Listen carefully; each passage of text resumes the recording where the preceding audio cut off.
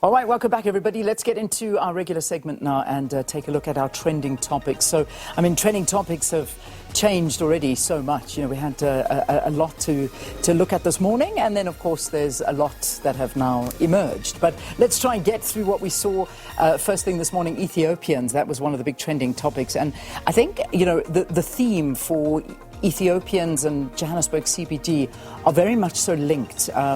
And it's just South Africans that are really just not happy with the look of what's been happening and some of the different standoffs that are taking place. But this particular one that they're talking to is SABC reporting a standoff between locals and foreign nationals at Ethiopian village of Ethiopian origin at Kumangako village in Kofimvaba in the Eastern Cape after a shop owner was robbed and killed. And then a group of Ethiopians allegedly raided the community armed with guns and pangas. They allegedly kidnapped 3 boys and tortured and killed one of them. Villagers are now demanding that the foreign nationals leave their area. And these are the stories that South Africans are now really not happy with hearing. Just talking about South Africans killed and the citizen was murdered by Ethiopian nationals, yet we call it a standoff. And many people are just not happy with this particular story. So that is one of the reasons that the story of Ethiopians is trending. Johannesburg CBD is a very much so similar picture, and people are just talking to the Johannesburg CBD and what it is looking like and the amount of, I think, just, you know, what it looks like and the amount of illegal citizens that are in there and the influx of those that have come in and set up businesses, and they're just, you know, talking to the crime and how it looks there, and just not a nice picture and not a pleasant picture that's coming out of the Johannesburg CBD. And people are talking about this and they are not happy. So they're just asking for more law enforcement, and this in fact is one of the reasons that we're seeing what's happening in Soweto at the moment and this morning. And a lot of the roads, just be careful when you are leaving there. We'll keep checking in with Rob as to some of the roads, and what's been going on is that you know, there's just, the communities are just not happy with the things that are going on. But one of the tweets that is coming through for Johannesburg CBD, I'm reading, the most useless people in the Johannesburg CBD are the taxi drivers. They talk rubbish. They just are making it even more violent there. And then they're also talking to Operation Dudula and just saying we must get rid of all of these spaza shops that are up there illegally. Anyway, there really is a lot of talk going on, and South Africans just are talking about their distrust, and particularly when it comes to illegal immigrants and the violence that comes with that.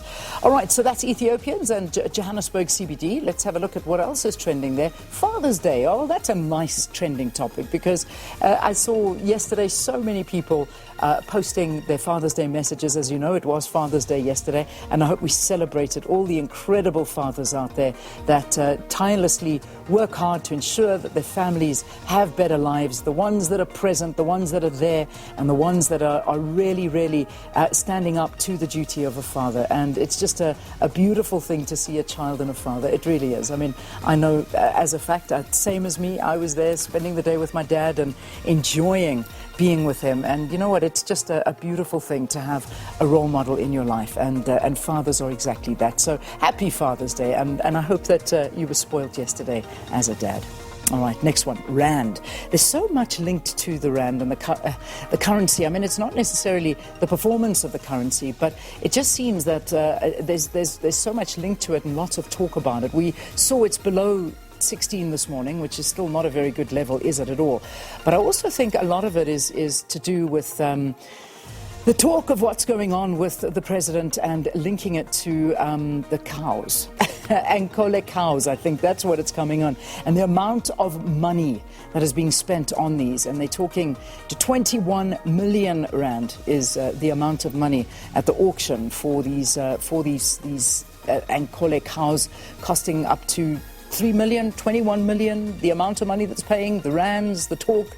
Everybody is talking about this and basically just saying Ankole auction is currently held on a crime scene. And that's what people are talking to, is they're just not happy about that. And all about Ankole cows, the big deal. And I think it was first talking about the rands and the amount of money, but now it's more talking about the actual auction and the cows. And they're saying the Ankole auction is currently underway at President Cyril Ramaphosa's Phala Gate, where millions of undeclared dollars hidden under his furniture were stolen. How much do you think each Ankole costs? How many Ankole cattle would have to be sold to get 60 million rand? Anyway, there's lots to talk about that. So, yeah, that's I think, linking it back to the rand. And I know that's kind of, when you do search for that, that's what comes up as well. And then finally, Gayton. And we're talking about Gayton McKenzie here. Gayton is doing... I don't know. It just looks like he's doing incredible things, if social media is anything to go by. And just in terms of what he's doing in the Karoo is just wonderful. Now, this, of course, is where his party is now officially leading, and he is just going out there and making a point. So Gayton tweets out yesterday saying, the truck arrived with the first parts of the brick factory that will be commissioned in the next 3 weeks. We're working on Father's Day. We met these entrepreneurs a week ago and signed and facilitated everything in record time. Also talking, Karoo clothing manufacturer, the directors are Shadrach Piti, and he goes through all of them. They've also allocated shares to the 100 workers who will start on Monday. I've not used a cent of the money of my municipality as yet. And so just talking a lot about what can be achieved when you really put your heart and soul into leadership. And, whatever point is being proven here by Gayton McKenzie, he is doing things. That much we can tell you. So we really, really are looking at how that Karoo performance is, and he's saying what he's going to achieve in 100 days is what the government just cannot achieve in everything that they have done. So there we go. That's a little bit of the trending topics, and I know that so much has changed since then, but that's what we were looking at when we arrived here at work early in the morning. But those are the trends to talk you through them. All right, into the question of the day now, and this has got to do with that fifth and final report of the Zondo Commission that'll be handed over to President Cyril Ramaphosa later on this evening.